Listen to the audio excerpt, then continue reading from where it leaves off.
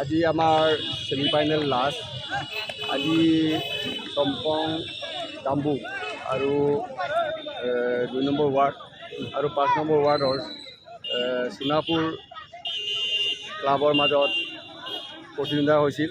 এই প্ৰতিদ্বন্দ্বিতাত দুয়ো দলেই আমাৰ ৰাইজৰ আৰু আমাৰ কমিটিৰ চাওঁ মানে বৰ ধুনীয়াকৈ খেলিছে। হ'লেও প্ৰথম ফিল্ডত আমাৰ সোণাপুৰ দলে সongkong দলক 1 গ'ল দিবলৈ সক্ষম হয় আৰু নেক্সট যেতিয়া নিৰ্দিষ্ট সময়ৰ ভিতৰতে দ্বিতীয় ফিল্ডতো আৰু 1 গ'ল দিবলৈ সক্ষম হয়। মুঠতে 2-0 গ'লত সongkong দাম্বুকক পৰাজিত কৰি আমাৰ সোণাপুৰ ক্লাবে জয়ী সাব্যস্ত কৰা হ'ল।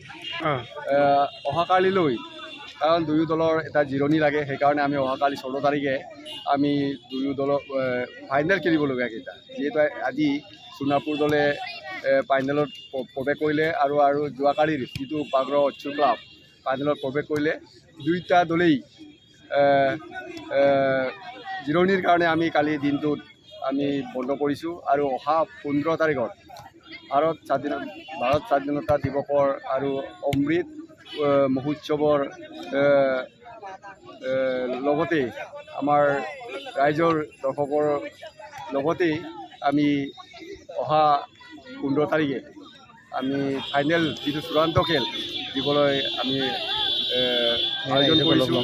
আৰু এই চূড়ান্ত খেলত আমাৰ যিসকল আমাৰ অঞ্চলৰ গণ্যমান্য ব্যক্তি, বিশেষকৈ শিক্ষকসকল আৰু আমাৰ জিলা পৰিষদেই হওক আৰু আমাৰ কৃষি সমাজ কাউন্সিলৰে হওক, সকলোকে আমি আমন্ত্ৰণ জনাম।